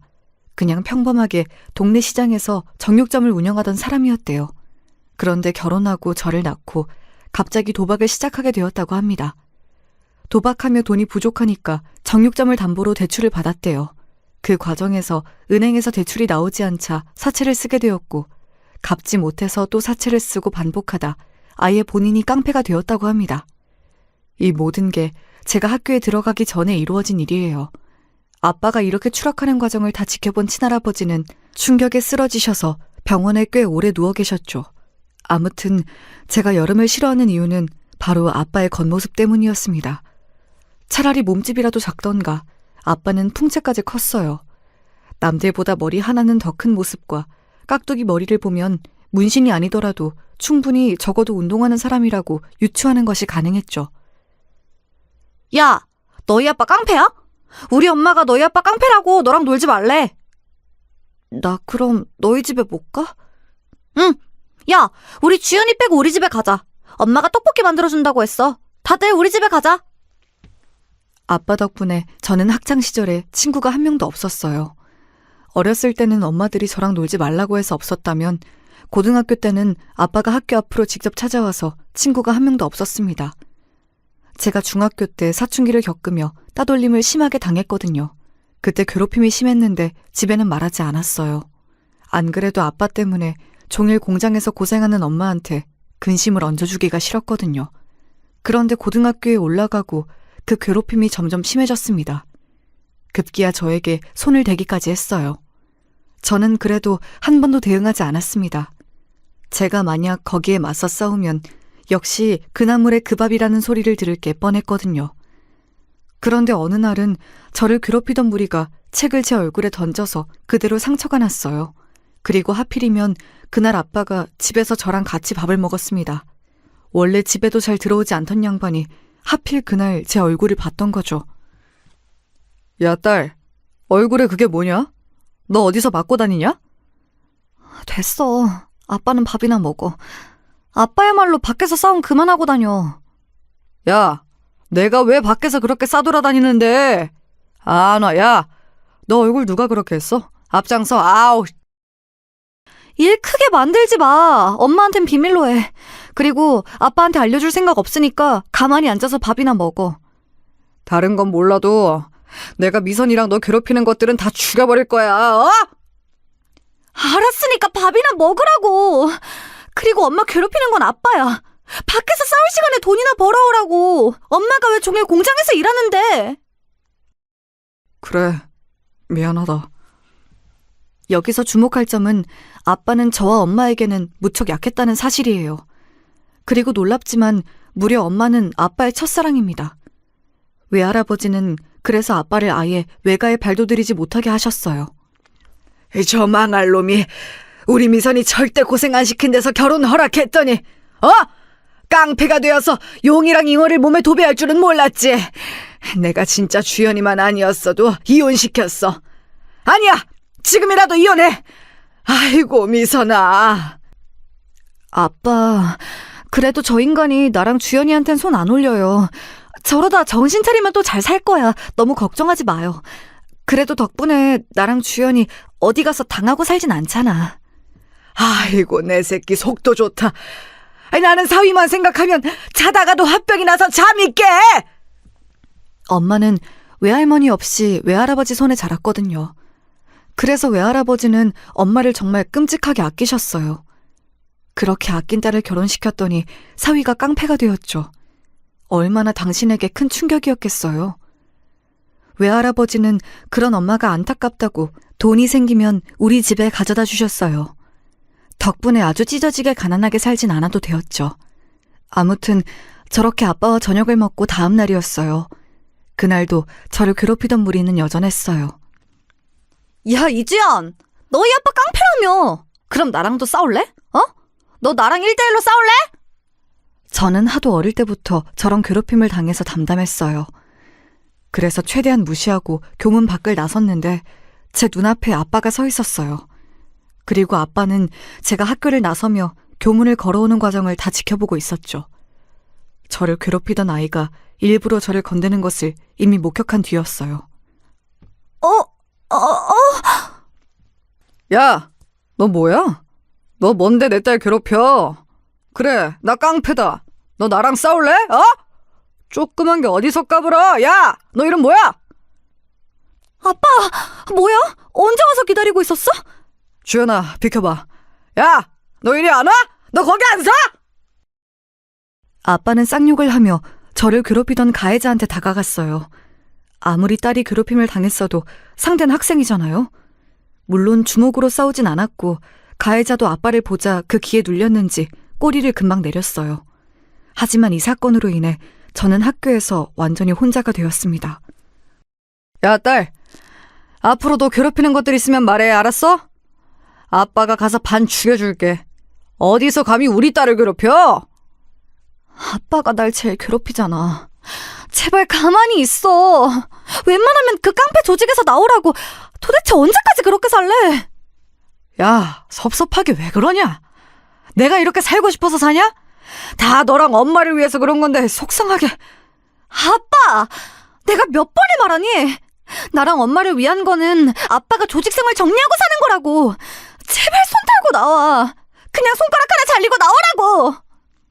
아빠한테 손가락 잘리고 나오라는 말이 쉽냐? 진짜 섭섭하다. 내가 너 구해준 거잖아. 아빠와 저는 틈만 나면 싸우기 바빴어요. 저는 아빠가 공장이라도 들어가서 일하길 바랐습니다. 엄마가 고생하는 게 너무 가슴이 아팠거든요. 그렇게 고등학생 때까지 저는 친구가 한 명도 없었습니다. 어차피 혼자 있는 게 익숙해서 괜찮았어요. 그러다 제가 고등학교 3학년이 된 해에 우리 가족에게 첫 번째 불행이 생겼습니다. 바로 외할아버지가 간암에 걸려 돌아가셨어요. 병원에서 발견했을 때는 이미 너무 늦어서 쓰러지고 거의 바로 하늘로 가셨습니다. 아빠, 어떡해, 아빠. 이렇게 가면 어떡해. 아빠. 엄마는 외할아버지의 죽음 때문에 정말 많이 슬퍼하셨어요. 외할아버지가 저도 무척 예뻐하셔서 저도 상당히 힘든 시간을 보냈습니다. 외할아버지의 죽음은 우리 가족에게 상당히 큰 불행을 가져왔어요. 가장 먼저 경제적으로 더 힘들어졌습니다. 외할아버지가 그래도 엄마를 생각해서 다달이 돈을 보내주셨거든요.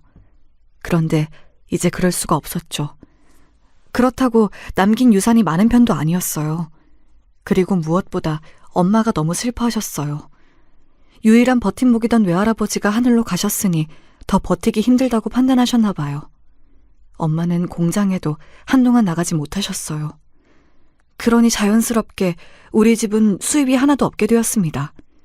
그때는 제가 아직 학생이라서 나가서 돈을 벌지도 못했어요. 아니, 내가 봐주는 것도 한두 번이지 이건 심하잖아요. 어? 돈을 몇 개월을 밀렸냐고. 이래도 되는 거야? 내가 땅 파서 세 주느냐고. 아, 드린다고. 아저씨, 내가 안 주겠다는 거 아니잖아. 준다고. 조금만 기다려달라는데 왜 그래? 이 사람이 어디서 큰 소리야? 여보, 경찰 불러. 월세를 몇 달을 밀린 집이 지금 어디서 큰 소리냐고. 내가 당신네 집안 깡패집인 줄 알았으면 애초에 안 받았지. 아, 내가 깡패짓해서 당신네 집한테 피해 준 거 있어? 내가 나가서 싸워도 여기 동네에 피해 안 주려고 얼마나 했었는데. 막말로 당신 가게 지금 깡패들한테 삥 안 뜯기는 거 나 덕분인 거 몰라? 알면서 왜 이래? 아이, 그럼 깡패한테 제가 다른 깡패한테 돈 안 뜯기게 해주셔서 정말 감사합니다 뭐 이렇게 말해야 돼? 다 필요 없어 이 사람아. 돈이나 내놔. 집주인 아저씨는 급기야 현관 옆에 있던 방망이를 들어 아빠와 싸우기 시작했어요. 아무리 말려도 듣지 않던 두 남자는 결국 경찰서까지 가게 되었죠.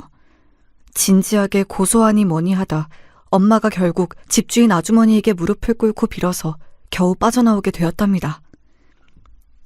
나 진짜 이제 힘들어. 당신이 이렇게 동네 창피하게 사고 칠 때마다 얼굴을 못 들고 다니겠어. 내가 주연이 데리고 시장에 가면 사람들이 얼마나 수군거리는지 알아? 미안하다. 내가 진짜 너랑 주연이 둘 고생 안 시키려고 그랬는데 이렇게 됐다.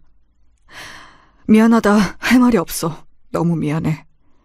나가서 돈이라도 벌어 제발. 나도 이제 못 참아. 내가 당신하고 어릴 때 만난 정 때문에 이렇게 버티고 버티는데 이제 한계야.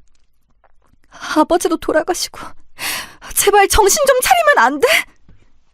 미선아, 내가 정말 너한테 할 말이 없어. 너무 미안하고 또 미안해. 미안하다고 할 시간에 나가서 돈을 벌어오라고. 그날 밤 엄마와 아빠는 새벽 내내 대화했어요. 저는 중간까지 듣고 잠들었는데 일어나 보니 부모님이 둘 다 집에 계시지 않았습니다. 다시 늦은 밤이 되고 엄마는 집에 왔는데 아빠는 들어오지 않았어요. 엄마, 아빠가 안 오네? 또 어디 가서 사고 치는 거 아니야? 이제 경찰 아저씨들 얼굴 보는 것도 민망해. 이번엔 또 어디서 뭐라고 오는 거야? 설마 어제 사고 치고 오늘도 사고 치면 그게 사람이냐? 동물이지. 아휴, 내 팔자야. 내가 진짜 저 인간하고 결혼하는 게 아니었는데. 아빠도 처음부터 그런 건 아니었다며. 처음에 깡패 됐을 때 그냥 도망가서 살지 그랬어.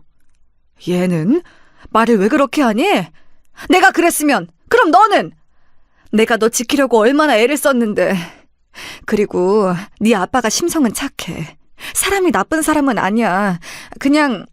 지금은 그냥 방황하는 거야. 방황이라기엔 너무 길지 않아? 내 학창시절이 온통 조폭딸이라는 별명으로 불렸는데. 그건 그렇지만 그래도 너희 아빠가 우리한텐 잘하잖아. 아휴, 됐다. 이 인간 들어오면 또 배고프다 할 거야. 엄마는 밥하고 잘 테니까 너는 먼저 자. 문제가 있다면 엄마는 아빠를 매우 사랑한다는 점이었어요. 그래서 늘 제가 아빠 욕을 해도 엄마는 끝에 가서 아빠를 감싸고 돌았죠. 그리고 우리 집에 두 번째 불행이 찾아왔어요. 바로 아빠는 그날 밤 우리에게 돌아오지 않았습니다. 바로 아빠의 가출이었어요. 사실 아빠의 가출 자체가 불행은 아니었습니다. 오히려 아빠가 없으니 생활비도 줄었거든요. 하지만 아빠가 집을 떠난 뒤 엄마는 한층 더 우울해하셨습니다. 안 그래도 외할아버지가 돌아가시고 우울증에 빠졌는데 아빠의 가출이 엄마를 더 힘들게 했어요. 그리고 아빠의 가출 이후 몇 달이 지나자 깡패들이 우리 집을 찾아왔습니다. 아니, 그래서 이 사람 어디로 갔냐고. 어이 딸, 넌 알지? 네 아빠 어딨어? 모른다고 도대체 몇 번을 말해요. 아저씨들이 찾아요. 찾아서 손가락을 자르던 뭐 어디 불구를 만들던 저야말로 아빠 얼굴 보고 싶으니까 찾으라고요. 이렇게 우리 집 앞에 서 있는다고 뭐가 나와요? 아빠가 없는데 왜 우리 집 앞에 서서 동네 사람들 눈치 보이게 하냐고요? 아니, 너는 어린애가 뭘 그렇게 악으로 똘똘 뭉쳤냐? 그냥 물어본 거잖아. 모른다고 나도. 우리 아빠 어디로 사라졌는지 모른다고. 아빠 대신 찾아달라고. 저도 지금 생각하면 어디서 그런 깡이 나왔는지 모르겠어요. 그냥 그때는 상황 자체가 답답했던 기억이 납니다. 깡패 아저씨들이 우리 집 앞에 서 있으니까 집주인 아저씨도 대놓고 싫어하셨고 동네 주민들의 눈초리가 무서웠거든요. 제가 더 답답했던 것은 엄마의 태도였어요. 도대체 월세를 더 주면서 이 집에 계속 있는 이유가 뭐야? 엄마, 난 알아. 아빠 때문이지? 아빠가 나중에라도 우리 찾아올까봐 그러는 거지? 그냥 다른 지역으로 이사 가자고 했잖아. 아무 말도 없이 나간 거 보면 분명 생각이 있어서 그런 거였을 거야. 엄마는 네 아빠 믿어. 아무 생각 없이 그럴 사람 아니야. 조금만 더 기다리자. 진짜 속이 갑갑해서 말도 나오지 않았어요. 월세를 자발적으로 올려서까지 집을 떠나지 않는 엄마를 보며 한숨을 얼마나 쉬었는지 모르겠습니다. 그리고 고등학교를 졸업하고 저는 곧바로 동네에 있는 국밥집에 취업했습니다. 대학은 생각도 하지 않았어요. 당시 저는 일단 엄마와 살아야 하니까 돈을 버는 것이 우선이었거든요. 돈을 벌어야 뭘 하니까 일단 돈을 벌었습니다. 그러다 같이 아르바이트 하던 성민이라는 오빠와 연애도 하게 되었죠. 주연아, 그런데 너희 아빠 깡패라는 거 진짜야? 아니, 사람들이 뭐라 하는 거 들었어. 그냥 진짜인지 아닌지 궁금해서. 깡패야. 지금은 심지어 가출했어. 어디서 뭐 하는지도 몰라. 만약 그게 싫으면 오빠 지금 나를 떠나. 난 예전부터 깡패 딸이라는 거에 대해서 이골이 나서. 아니야. 그냥 물어본 거였어. 걱정하지 마. 성민 오빠는 생각보다 착하고 다정한 사람이었어요. 그리고 사귀면서 알게 된 사실인데 집안 분위기도 매우 화목했습니다. 저처럼 아빠가 깡패도 아니었고 무려 공무원이더라고요.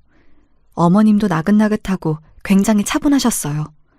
우리 엄마도 곱게 자란 사람인데 아빠를 만나 고생해서 억세진 경우였거든요. 아무튼 저는 국밥집에서 2년을 일하고 근처에 있던 전문대에 입학하게 되었습니다. 성민 오빠가 다니던 학교여서 저는 더욱 오빠에게 의지했어요. 오빠의 군대도 기다려줬고 최선을 다했습니다. 그렇게 성민 오빠와 자그마치 4년의 연애 후에 오빠가 결혼 얘기를 꺼냈어요. 그때까지 아빠는 우리에게 돌아오지 않고 있었습니다. 네 아빠가 언제쯤 돌아올까? 그래도 하나밖에 없는 딸인데 그 양반이 너를 끔찍하게 아꼈던 거는 알지? 엄마, 아빠가 언제 돌아올지 나도 모르지. 그런데 지금 심정으론 잘 모르겠어. 성민 오빠는 우리 아빠가 깡패였다는 거 아는데 시부모님은 모르셔. 실제로 시부모님은 우리 아빠가 그냥 이혼하고 별거하고 있는 줄 아셨어요. 차마 제 입으로 우리 아빠는 조폭이고 워낙 사고를 많이 쳐서 힘들었고 지금은 어디서 뭘 하는지 모른다고 말을 할 수가 없더라고요. 시부모님은 워낙 좋은 분들이셔서 그런 저를 오히려 다독여 주셨죠. 이혼은 요즘 많이 하더라고요. 안 맞는데 계속 같이 사는 게 더 힘들지. 너무 고생 많았네요. 우린 괜찮아요. 둘이 잘 살면 되는 거지. 안 그래요, 여보? 맞지. 우린 그냥 성민이와 주연이 너희 둘이 큰 걱정 없이 살면 그걸로 됐다. 저도 양심에 찔려서 사실을 말해야 하나 싶었는데 결혼을 망치고 싶지 않았습니다. 그런데 성민 오빠와 저는 결국 파혼하게 되었어요. 왜냐하면 딱 결혼 얘기를 꺼내고 상견례를 하자마자 아빠가 집에 돌아왔습니다. 일정이 끝나고 집에 들어갔더니 엄마가 잔뜩 상기된 얼굴을 하고 현관으로 달려왔어요. 주연아, 네 아버지가 돌아왔어. 이게 무슨 일이니? 내가 그랬지. 네 아빠 반드시 우리한테 다시 찾아올 거라고 했잖아. 엄마는 너무 행복해. 우리 딸 결혼식에 아빠 손잡고 들어갈 수 있겠어. 기뻐하는 엄마와 달리 저는 말을 이을 수 없었어요. 왜냐하면 사실 성민 오빠의 집에 인사하러 갔을 때 제가 저도 모르게 아빠와 연을 끊었다고 했었거든요. 돌아온 아빠는 예전과 그대로였어요. 알고 봤더니 그날 엄마가 집주인 아주머니에게 무릎을 꿇었던 것이 아빠에게 큰 충격이었더라고요. 아빠는 그 길로 바로 바다로 가서 배를 탔다고 합니다. 쉬지도 않고 계속해서 돈을 벌었다고 하며 웃더라고요. 아빠는 고생해서 살도 많이 빠진 상태였고 돈도 꽤 많이 벌었어요. 그런데 그런 아빠를 보며 저는 눈물이 자꾸 나왔습니다. 반가움만 있는 것은 아니었어요. 내가 주연아, 아빠가 힘들어도 네 엄마랑 너를 생각하니까 힘들지 않았어. 그런데 아니 이 새끼들이 조직에서 내가 도망갔다고 생각했는지 나를 찾아왔더라. 그래서 돈을 조금씩 떼줬지 뭐. 그렇게 몇 년을 하니까 곱게 보내주더라고. 아니 그래서 우리 딸 결혼한다고? 아빠, 왜 하필 지금 왔어? 조금만 더 일찍 혹은 나중에 오지. 왜 그래? 아빠가 그럼 그냥 돌아오지 않았다고 할까? 네가 원한다면 아빠가 다시 사라져 줄게. 어딜 사라져? 당신 다시 우리 버릴 거야? 나 그거 못 봐. 무슨 소리 하는 거야? 정말 너무 힘든 시간을 보내게 되었어요. 아빠는 자기가 미안하다고 돌아온 것을 없던 일로 하자고 하더라고요. 그 모습을 엄마는 절대 안 된다고 말렸고요. 저는 결국 깡패였던 아빠가 다시 돌아왔다고 성민 오빠에게 터놓았어요. 우리도 이런 얘기 꺼내는 게 참 조심스러워요. 그런데 깡패 집안과 엮이는 게 힘들 것 같아요. 네, 어쩔 수 없죠. 그럼 파혼하는 걸로 할게요. 그래도 좋은 인연이었어요. 이혼 가정은 괜찮은데 깡패는 힘들어요. 남들 시선에서 자유롭지 못해서 우리가 그걸 견딜 자신이 없어요. 아니에요. 저도 이해해요. 괜찮아요. 저 예쁘게 봐주셔서 그래도 감사했습니다. 저는 시부모님의 강력한 반대로 파혼을 하게 되었습니다. 끝까지 예의 있게 말씀해 주시는 것을 보고 마음이 아팠어요. 주연아, 부모님이 아무리 장인어른이 깡패 생활을 청산했어도 과거가 걸린다고 하셔. 나는 부모님 말을 거역할 마음이 없어. 너무 미안해. 오빠가 왜 미안해? 내가 미안하지. 아니야, 괜찮아. 오빠는 좋은 사람이니까 더 좋은 사람 만날 수 있을 거야. 미안해. 성민 오빠와 헤어지며 얼마나 울었는지 몰라요. 처음 했던 연애와 결혼이 이런 결과를 불러올지는 저도 몰랐습니다. 그렇게 오빠와 파혼하고 저는 너무 힘들었어요. 너무 우울해서 집 밖을 나갈 수도 없었죠. 엄마는 그런 저를 보고 상당히 안타까워하셨어요. 주연아, 이사 가자. 네 아빠도 왔으니까 이제 이사 가서 새 인생을 살자. 우리 여기서 오래 버텼어. 너 자꾸 여기 이러고 살면 더 생각나. 아예 우리 모르는 곳으로 가자. 네 아빠도 정신 차렸으니까. 아예 지역을 뜨자고? 그렇게 내가 이사 가자고 할 때는 들은 척도 안 하더니 엄마도 참 웃겨. 그때는 네 아빠가 다시 돌아와야 했으니까.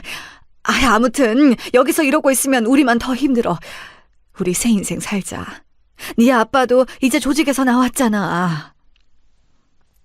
우리 가족은 그렇게 20년을 넘게 살던 집을 떠나게 되었습니다. 하나도 아쉽지 않았어요.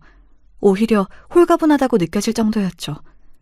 그렇게 다른 지역으로 이사가서 새 삶을 시작했습니다. 생판 모르는 지역이어도 나름 큰 도시였어요.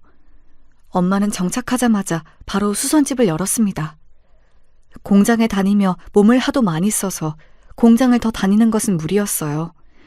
아빠는 그런 엄마를 돕기도 하고 막노동을 하며 돈을 벌었습니다. 예전처럼 집에만 있고 그러진 않았어요. 그런데 문제는 아빠의 외형이었어요. 아빠가 대머리에 문신이 워낙 많으니까 길에서 사람들의 시선이 곱지 않았거든요. 또 엄마가 일하는 건물은 기존 상인들이 텃세가 조금 심한 편이었어요. 결국 이런 것이 다 합쳐져서 아빠는 또 사고를 치게 되었습니다. 우리는 원래 이런 식으로 해요. 타지에서 와서 모르나 본데. 아무튼 여기 장사하는 사람끼리 그러면 안 되는 거야. 그리고 그쪽 남편은 어디서 무슨 일을 하다 온 건지 모르겠는데 위화감 조성하지 마세요. 위화감이라뇨? 우리 남편이 도대체 뭘 했는데요? 그냥 조용히 별로 말도 안 하는 사람을 왜 뭐라고 하세요? 아무 말 안 하면 단가? 그냥 존재 자체가 위협인데. 아니, 솔직히 나 분식집 하는데 그쪽 남편 무서워서 애들이 우리 집 안 오는 것 같아. 무슨 말도 안 되는 소리를 하세요. 그냥 아줌마 음식이 별로여서 그렇죠. 뭐? 말 다 했어? 당신 남편 인상 험악한 거 진짜 몰라서 그래? 다들 그만하세요. 엄마 진정해. 아주머니 제발요. 사람들이 다 쳐다봐요. 상인 회비부터 시작해서 사소한 청소 문제까지 엄마는 상당히 곤란해하셨어요. 그러다 엄마는 옆 가게인 분식집 아주머니와 한바탕 싸우기까지 했습니다. 당신만 남편 있어? 나도 남편 있어. 깡패랑 결혼한 게 자랑이야? 누가 자랑이라고 했냐고. 왜 가만히 있는데 건드냐 이거야. 당신 지금 나 때렸어? 이 사람이?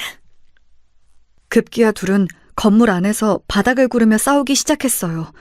사람들과 제가 아무리 말려도 둘이 어찌나 힘이 세던지 말려지지 않았습니다. 그러다 엄마가 발을 헛디뎌 크게 넘어졌어요. 그런데 하필 앞으로 넘어져서 이빨이 깨지게 되었죠. 그리고 그 광경을 기가 막힌 순간에 아빠가 보게 되었습니다. 여보, 미선아! 이게 무슨 일이야? 당신 뭐야? 이 아줌마야! 당신이 뭔데 내 마누라를 이렇게 만들어? 아빠! 잠시만 참아봐! 아빠 잠시만! 아빠는 제가 말릴 새도 없이 분식집으로 들어가 가게를 난장판내기 시작했어요. 소리를 지르고 의자를 던지며 위협적인 행동을 했습니다. 결국 경찰까지 오고 서로 쌍방 고소니 뭐니 또 고소 얘기가 나왔죠. 결론만 말하자면 쌍방이라 없던 일로 하긴 했습니다. 하지만 덕분에 우리 가족은 또 눈의 가시가 되었어요. 물론 우리 엄마가 잘못한 건 아니지만 저는 사태의 심각성을 느끼게 되었습니다. 왜냐하면 상인들의 말이 아예 틀리진 않더라고요. 저도 아빠의 외형 때문에 학창시절을 외롭게 보냈잖아요. 또 사랑하는 사람과 결혼 직전에 파혼까지 하고 일부러 이렇게 다른 지역으로 이사 왔는데 다시 원점으로 돌아간 느낌이 들었습니다. 그래서 아빠를 앉혀놓고 진지하게 말했어요. 아빠, 계속 이렇게 살면 우리 평생 힘들어. 아빠가 조직에서 나온 거 우린 알아도 다른 사람들은 몰라. 그니까 그 대머리 좀 어떻게 해봐. 그리고 문신도 내가 알아보니까 지우는 방법 있더라. 아니면 좀 가리고 다녀. 인상도 피고. 억지로 웃으려고 노력해. 사람답게 살자. 알겠어. 나도 나 때문에 미선이랑 주연이 네가 피해보는 거 더 못 보겠다.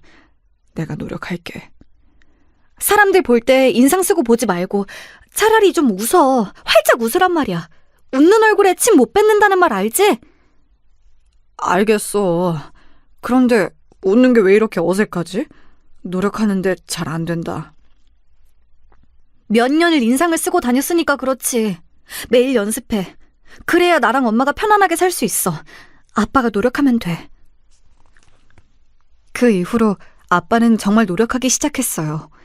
머리도 열심히 기르고 문신 제거 시술도 받고 다녔습니다. 사실 제거 시술을 받아도 그렇게 깨끗하게 지워지지 않아요. 그래서 아빠는 한여름에도 긴팔을 입고 다녔답니다. 또 워낙 인상을 오래 쓰던 사람이라 인상 자체를 바꾸려고 제가 많이 도와주었어요. 일부러 웃으라고 계속 강요해서 적어도 예전처럼 얼굴만 봐도 깡패라고 인식하는 사람들은 점점 줄어들었죠. 덕분에 상인들과 싸우고 우리는 또 다른 지역으로 이사 갔는데 거기서는 그래서 별로 문제가 없었어요. 엄마와 아빠는 새로 터잡은 곳에서 수선집 경력을 살려 세탁소를 운영하셨어요. 저는 대학 전공이 요리라서 그 경력으로 그 지역에 있던 유일한 호텔에 취업했습니다. 셋 다 일하니 경제적으로 여유가 생겼어요. 우리가 언제 이렇게 형편이 괜찮아져서 소고기도 다 먹냐. 나 너무 감동이야. 그동안 고생 많았어. 그러게. 그래도 소고기는 부드러워서 씹는 게 쉬워서 좋다. 주연아, 엄마 잘 먹을게. 너무 고마워. 우리 딸 덕분에 호강한다. 아니야. 엄마 이가 안 좋아서 일부러 소고기집으로 잡았어. 엄마, 치과는 꾸준히 다니고 있는 거지? 엄마는 그때 옆집 분식집 아주머니와 싸운 이후에 치아를 다 새로 바꾸셨어요. 이가 많이 깨져 새로운 치아를 심었는데 예전처럼 고기를 잘 씹지 못하셨습니다. 무리하게 단단한 음식을 깨물다 이가 다시 나가기도 하셨거든요. 그 이후로 엄마는 부드러운 음식을 선호하셨어요. 그 모습을 볼 때마다 가슴이 아팠습니다. 그래서 더욱 아빠에게 행동을 똑바로 하라고 뭐라 하고는 했죠. 아빠도 엄마의 모습을 보고 더 깡패처럼 보이지 않으려고 애썼어요. 덕분에 우리 세탁소는 친절함으로 유명해졌습니다. 그리고 저는 호텔에서 일하며 새로 연애를 시작했습니다. 사실 성민 오빠와의 파혼 이후에 저는 연애를 일부러 하지 않고 있었어요.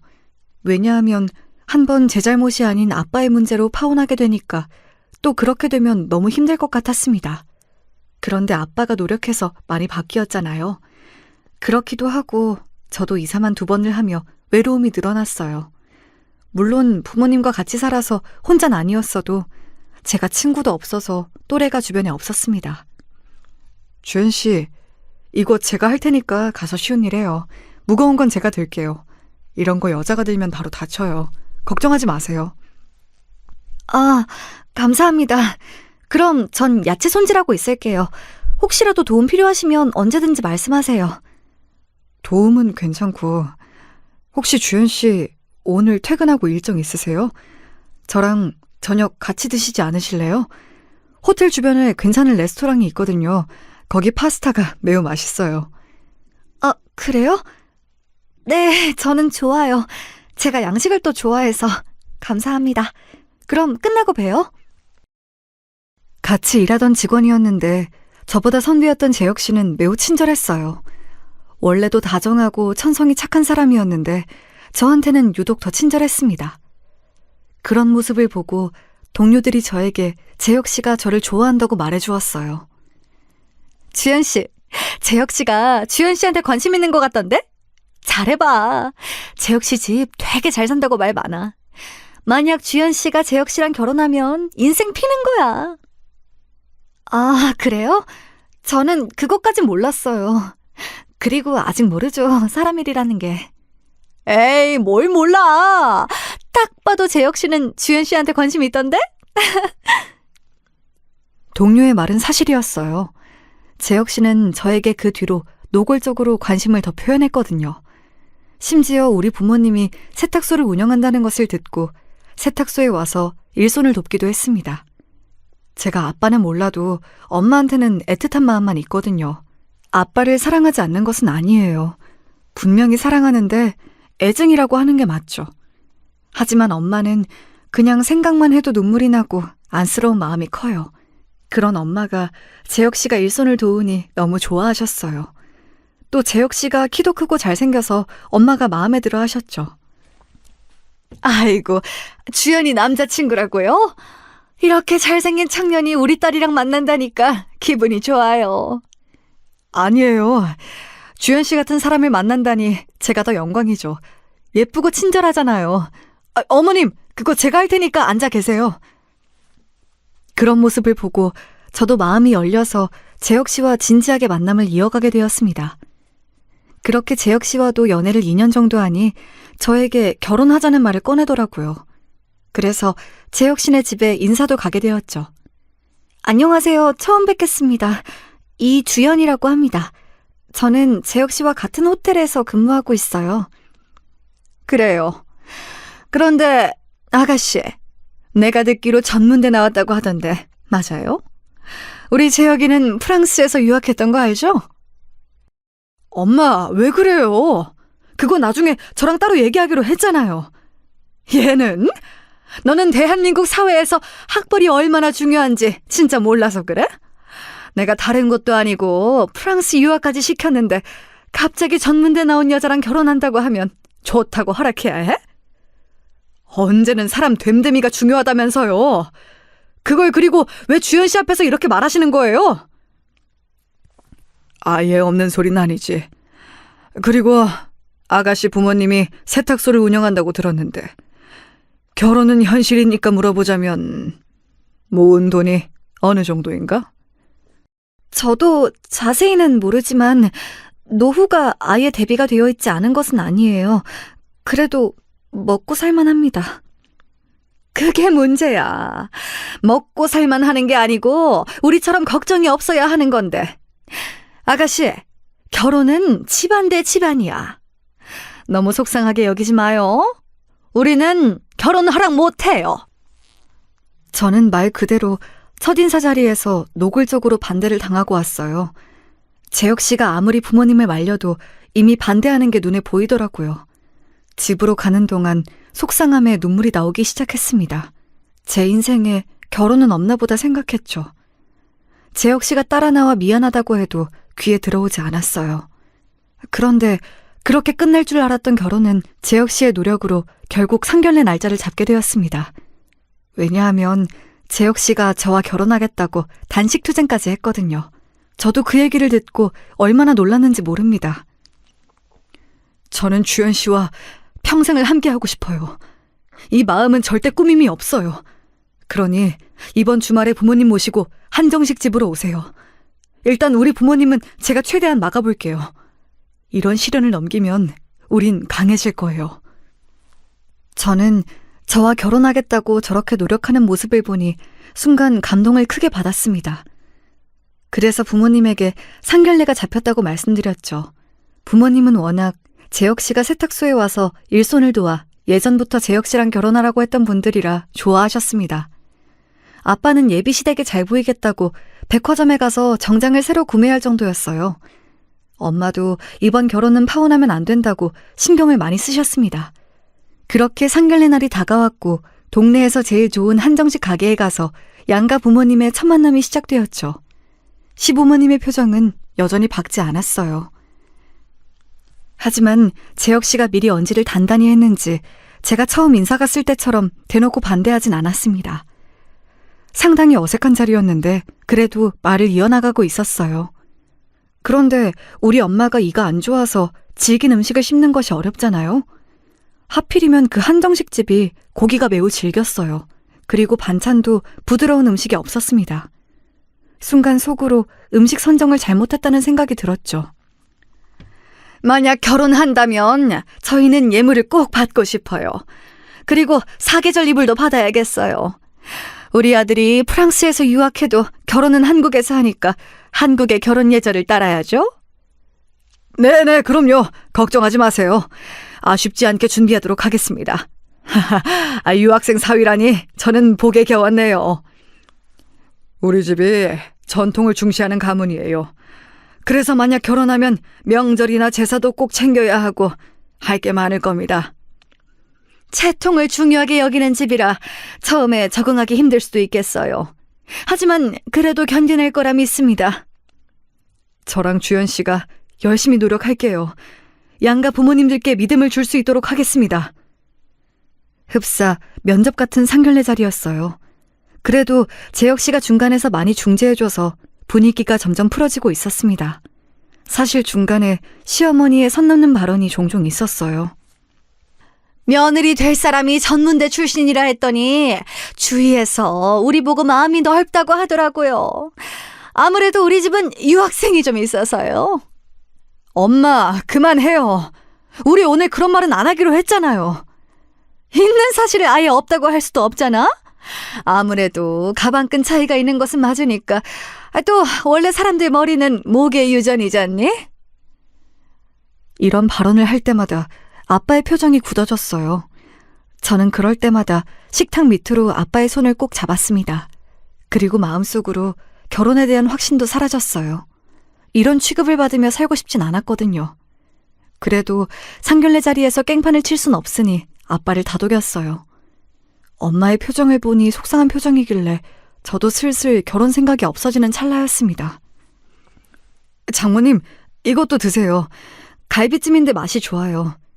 혹시 더 드시고 싶은 거 있으세요? 아이고, 고맙네. 아니야, 이걸로 충분해. 맛이 워낙 좋아서. 자, 다들 일단 식사 마저 하세요. 얘기하다 음식이 다 식을 것 같아요. 그래요. 우리 일단 먹으면서 말합시다. 밑반찬 나온 걸 보니까 음식이 매우 정갈하고 좋아요. 장소 선정을 잘했네. 하던 얘기를 멈추고 식사를 하는데 엄마가 고기를 씹는 게 어려워 보였어요. 이에 낀 건지 쩝쩝거리기 시작하셨죠. 저는 그 모습을 보고 점원을 불러 가위를 부탁하려고 했는데 그때였습니다. 시어머니가 그런 친정엄마를 보고 대놓고 빈정거리기 시작했어요. 작게 말하긴 했지만 제 귀엔 다 들렸어요. 아휴, 진짜. 이런 집에서 자라니까 천문대를 나오지. 이런 행동에서 다 보인다니까. 네? 어머님, 지금 뭐라고 하셨어요? 제가 제대로 들은 거 맞나요? 아니, 음식을 왜 저렇게 드시는 거야? 우리 집이 얼마나 대단한 집인지 알아? 교양이 얼마나 중요한데. 재혁아, 너는 꼭 이런 집하고 결혼을 해야 하니? 엄마! 도대체 왜 그러세요? 장모님, 죄송합니다. 주연 씨, 죄송해요. 보자 하니까 참으려고 노력했는데 진짜. 저기요, 아줌마! 나도 짜증나서 더 못 참겠네. 내가 당신 집안하고 결혼 안 해. 어이가 없네? 이렇게 예의 없는 행동은 그럼 교양 넘치나? 저도 결코 성격이 순한 편은 아니거든요. 어릴 때부터 아빠 때문에 거친 삼촌들을 많이 보기도 했고요. 제가 처음으로 큰 소리를 내자 시어머니는 뭐 저런 게 다 있냐는 표정으로 저를 바라보았습니다. 제 역시만 중간에서 중재하느라 힘들었죠. 엄마는 민망한지 고개를 숙이고 있었어요. 슬며시 아빠를 봤더니 초인적인 인내심을 발휘하는지 얼굴이 새빨개진 채로 있었습니다. 속으로 대단하다고 칭찬해줬어요. 그런데 그것도 모르고 시어머니는 끝까지 자기의 잘못을 인정하지 않았습니다. 오히려 심지어 더 비아냥거리기 시작했어요. 이런 천박한 집이랑 어떻게 사돈으로 살라는 거야? 재혁이, 너 다시 생각해. 이런 집하고 결혼하고 싶어? 엄마는 속상해서 눈물이 나와. 천박? 아줌마, 말 다 했어? 그러는 당신들은 얼마나 대단한 집이라고 이러냐고. 나도 이런 천박한 집하고 결혼 안 해. 누가 보면 당신네 집안 대통령 집안인 줄 알겠어? 상견례 자리에서 쩝쩝거리는 게 그럼 천박하지? 그리고 너는 시어머니 될 사람한테 그게 할 소리니? 진짜 뭔 애미나 딸이나 더럽게 교양 없네. 교양? 그놈의 교양 누가 할 소린데? 지금 나한테 교양 없다고 한 거야? 저는 저 소리를 듣고 눈이 돌아갔어요. 그런데 그 순간이었습니다. 그때까지 인생 처음으로 꾹 참고 있던 아빠가 참다 폭발하게 되었어요. 여러 사건으로 인해 본인의 성격을 누르고 살던 아빠는 몇 년 만에 남들 앞에서 자기를 드러냈죠. 너무 순식간이라 저도 목격하고 몇 초간은 무슨 일이 일어난 건지 이해하지 못했습니다. 아빠는 저와 엄마를 욕하는 시어머니의 뺨을 내리쳤어요. 어머, 이게 무슨 짓이야? 이 교양 없는, 어머, 여보, 당장 경찰 불러! 지금 누구를 때려? 당신 미쳤어? 어디서 감히? 조용히 앉아있던 시아버지까지 일어나서 우리에게 삿대질하기 시작했어요. 시어머니는 본인이 뺨을 맞았다고 엉엉 울며 바닥에 드러누웠죠.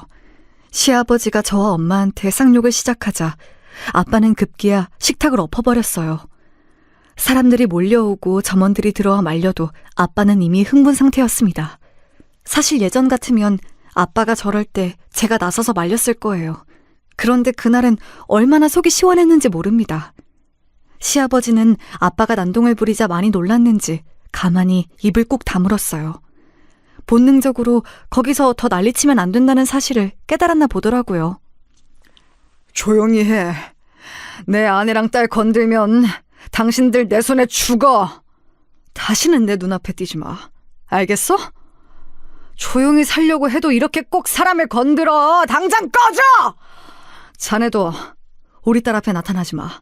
연락도 하지 말고 조용히 죽은 듯이 살아. 그동안 아빠는 일부러 사람들에게 위협적으로 보이지 않으려고 많은 노력을 했잖아요. 그래도 깡패 생활이 헛되지 않았는지 전날은 완전히 돌변했습니다.